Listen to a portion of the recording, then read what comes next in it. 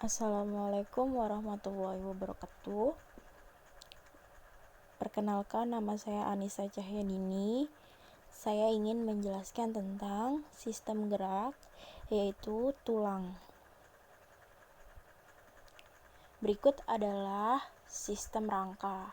Sistem rangka adalah sistem tubuh yang terdiri dari tulang dan otot yang melakukan fungsi penting bagi tubuh manusia. Mereka bersama-sama melakukan fungsi-fungsi sebagai berikut. Ada dukungan, gerakan, dan perlindungan. Ketika kita bergerak, kita dapat merasakan bagaimana tulang kita menopang, memfasilitasi gerakan, dan juga melindungi organ-organ dalam tubuh kita. Tanpa sistem rangka, kita tidak akan mempunyai massa organ dan pasti akan lemas. Tulang memfasilitasi pergerakan kita yang berfungsi sebagai titik-titik pelekatan otot untuk kita. Tulang juga melindungi organ-organ internal dari cedera dengan menutupi atau juga mengelilinginya. Misalnya tulang rusuk Anda yang melindungi paru-paru dan jantung Anda, serta tulang belakang Anda dan juga tulang tengkorak Anda yang melindungi otak Anda. Selanjutnya, ada penyimpanan mineral dan lemak serta pembentukan sel darah merah. Pada tingkat metabolisme, jaringan tulang melakukan beberapa fungsi kritis, yaitu jaringan tulang bertindak sebagai cadangan sejumlah mineral penting bagi tubuh, terutama kalsium dan juga fosfor. Mineral-mineral ini dimasukkan ke dalam jaringan tulang agar dapat dilepaskan kembali ke aliran darah untuk mempertahankan kadar yang dibutuhkan untuk mendukung proses fisiologis kita.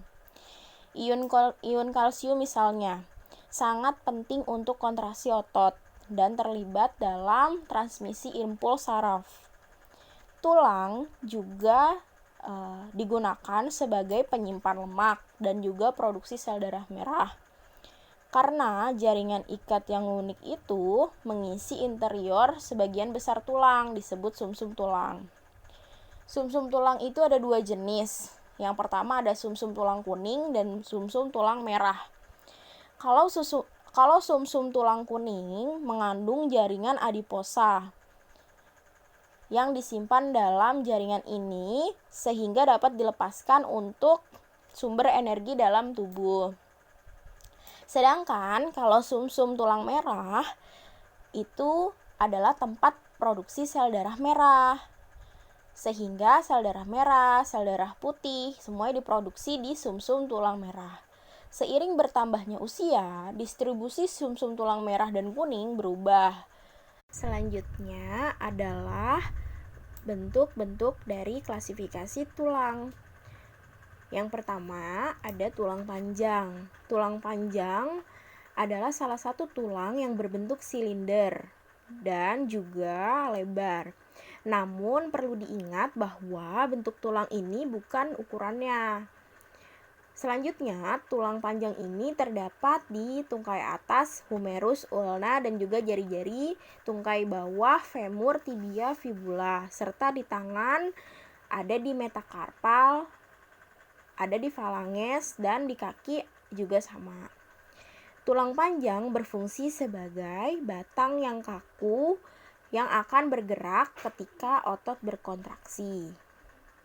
Selanjutnya yang kedua ada tulang pendek. Tulang pendek ini berfungsi sebagai stabilitas dan dukungan serta beberapa gerakan-gerakan yang terbatas. Salah satunya ada di dalam pergelangan tangan dan juga pergelangan kaki. Yang ketiga adalah tulang pipih. Istilah tulang ini bukan disamakan dengan tulang yang datar. Meskipun tulangnya datar, biasanya tipis dan itu juga sering melengkung. Contohnya, misalnya ada di tengkorak, tulang belikat, tulang dada, dan juga tulang rusuk. Tulang pipih ini berfungsi sebagai titik perlekatan otot dan juga sering melindungi organ-organ yang berada di dalam tubuh. Selanjutnya ada tulang tidak beraturan atau tidak teratur. Sebuah tulang tidak teratur ini adalah salah satu yang tidak memiliki bentuk yang mudah ditandai dan tidak sesuai dengan klasifikasi tulang-tulang lainnya. Tulang ini memiliki bentuk yang lebih kompleks, seperti contohnya tulang belakang yang menopang sumsum tulang belakang. Selanjutnya adalah tulang sesamoid. Tulang sesamoid ini berbentuk bulat kecil yang terbentuk di tendon. Tendon adalah jaringan ikat padat yang menghubungkan tulang ke otot. Tulang sesamoid ini melindungi tendon dengan membantu mengatasi kekuatan yang berlebihan, tetapi juga memungkinkan tendon dan otot melekat menjadi lebih efektif. Dia berada di lutut atau di patella, adalah salah satu tulang sesamoid yang ditemukan secara umum pada setiap orang. Dari penjelasan sebelumnya, sekarang terdapat tabel mengenai klasifikasi tulang. Terdapat 5, tulang panjang, tulang pendek, terus juga tulang pipih, tulang tidak teratur, dan sesamoid. Ada bentuknya. Kalau tulang panjang itu bentuknya silinder, lebih panjang dan juga lebar. Fungsinya untuk gerakan dan juga daya dukung.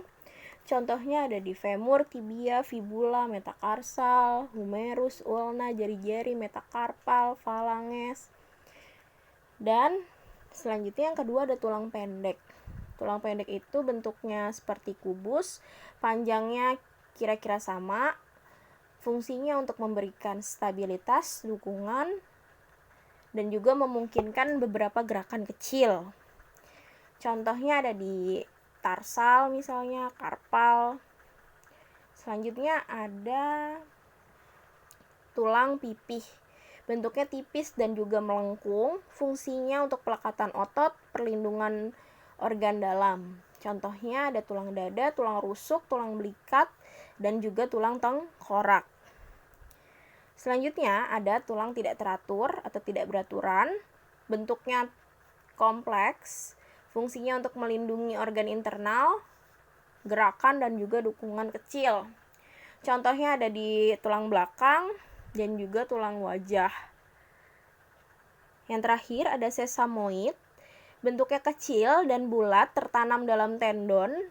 Fungsinya melindungi tendon dari kekuatan yang berlebihan dan juga memungkinkan aksi otot yang efektif. Contohnya ada di patelle. Selanjutnya, anatomi tulang. Struktur tulang panjang memungkinkan untuk visualisasi terbaik dari semua bagian tulang, sehingga dapat kita perhatikan pada gambar. Tulang panjang ini memiliki 2 bagian, yaitu diafisis dan epifisis.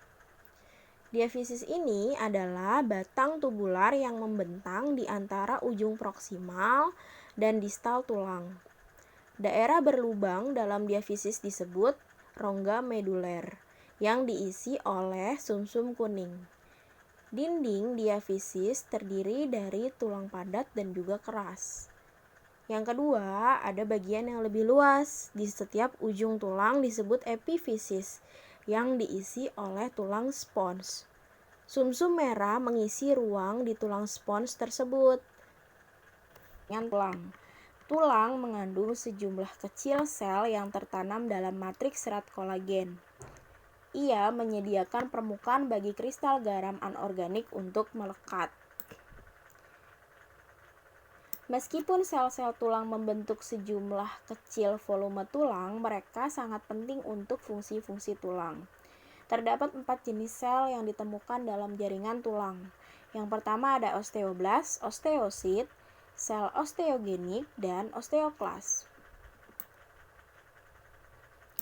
Sel-sel osteogenik tidak berdiferensiasi dan berkembang menjadi osteoblast. Ketika osteoblast tersebut terjebak dalam matriks dan terklasifikasi, struktur dan fungsinya akan berubah dan mereka menjadi osteosit.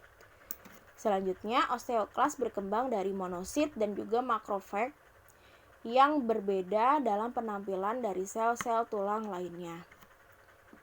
Osteoblast ini bertanggung jawab untuk membentuk tulang baru dan ditemukan di bagian pertumbuhan tulang termasuk periosteum dan endosteum.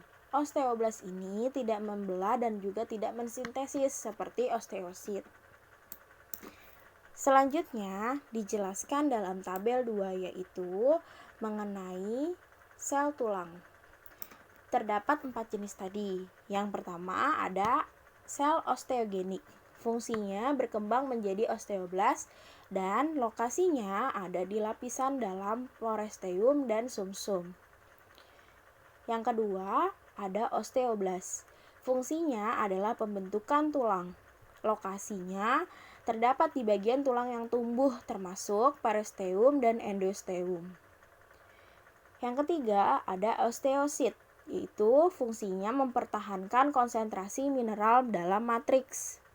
Lokasinya terlibat dalam matriks. Yang terakhir ada osteoklas, yaitu fungsinya untuk reabsorpsi tulang. Lokasinya terdapat pada permukaan tulang dan di lokasi tulang tua serta cedera atau tulang-tulang yang tidak dibutuhkan. Perbedaan antara tulang kompak dan spons paling baik dieksplorasi melalui histologinya. Sebagian besar tulang mengandung jaringan yang padat dan juga lunak. Tulang kompak ini terdapat jaringan yang padat sehingga mampu menahan gaya tekan. Dan dia lebih kuat dibandingkan jenis tulang spons. Terdapat 2 jenis jaringan yaitu periosteum dan diapisis tulang panjang, di mana memberikan dukungan dan juga perlindungan. Terdapat 2 gambar yaitu A dan B. A merupakan penampang tulang kompak yang menunjukkan unit struktural dari dasar. Dan B merupakan osteon yang dapat diperjelas dengan melihat lamela konsentris dan kanal sentral. Selanjutnya adalah tulang spons. Seperti tulang kompak, tulang spons ini dikenal juga dengan tulang cancellous. Mengandung osteosit yang bertempat di lakuna, tetapi mereka tidak tersusun dalam lingkaran yang konsentris. Sebagai gantinya, lakuna dan osteosit ini ditemukan dalam jaringan lonjakan mirip matriks yang disebut trabekula. Trabekula ini seperti jaringan acak karena terbentuk di sepanjang garis pada kekuatan tulang. Ruang-ruang dalam jaringan trabekula ini memberikan keseimbangan tulang padat, dan tulang padat ini membuat lebih ringan sehingga otot dapat menggerakkannya lebih mudah. Selain itu, ruang di beberapa tulang spons ini mengandung sumsum merah yang dilindungi oleh trabekula. Pembentukan dan pengembangan tulang. Pada tahap awal perkembangan embrio, kerangka embrio terdiri dari membran berserat dan juga tulang rawan hialin.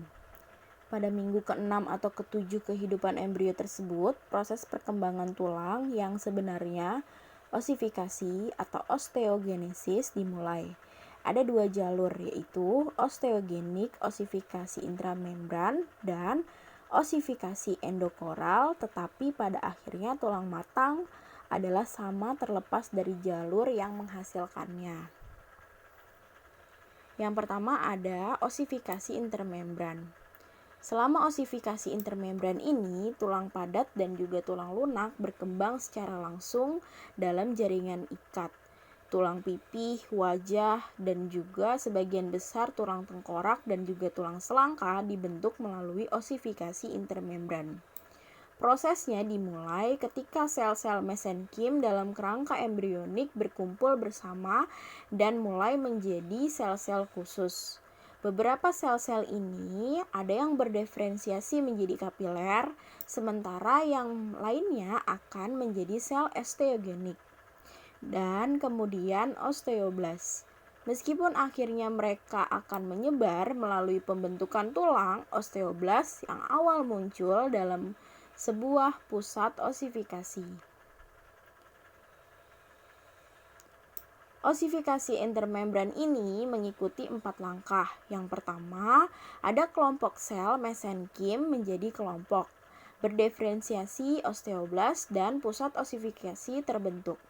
Yang kedua, osteosit akan diekskresikan merangkap osteoblas yang kemudian akan menjadi osteosit. Yang ketiga, matriks trabekular dan berbentuk prosteum. Yang keempat, tulang kompak berkembang menjadi superficial dan menuju pembuluh darah yang padat berkondensasi menjadi sumsum tulang merah. Selanjutnya ada osifikasi endokoral. Osifikasi endokoral, tulang berkembang dengan mengganti tulang rawan hialin menjadi tulang yang sebenarnya atau tulang kompak. Pengerasan endokoral ini membutuhkan waktu yang lama, lebih lama dari pengerasan intramembran. Pada tulang panjang misalnya sekitar 6-8 minggu setelah pembuahan, beberapa sel baru bisa menjadi sel kompak. Osifikasi endokoral mengikuti 5 langkah. Yang pertama, sel-sel mesenkim berdiferensiasi menjadi kondrosit yang menghasilkan model tulang rawan kerangka tulang yang akan padat. Yang kedua, pembuluh darah di tepi model tulang membawa osteoblas menyimpan kerangka tulang.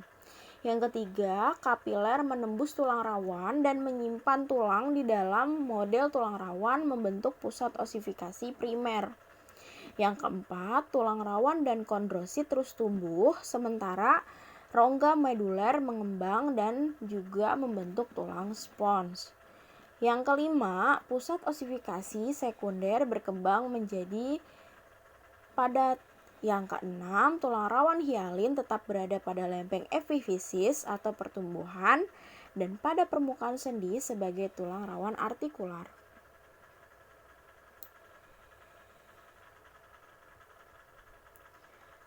Selanjutnya adalah kesimpulan.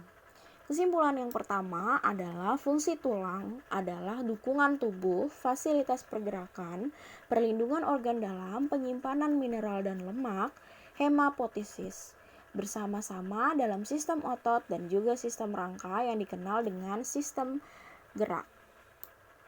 Yang kedua, tulang dapat diklasifikasikan menurut bentuknya. Ada tulang panjang seperti tulang paha lebih lebar dan tulang pendek seperti ketebalan lebar dan kira-kira sama, tulang pipih tipis dan melengkung seperti tulang rusuk, dan ada tulang tidak beraturan seperti tulang wajah yang memiliki bentuk yang khas, dan terakhir ada tulang sesamoid yaitu patella yang berbentuk kecil bulat terletak di tendon.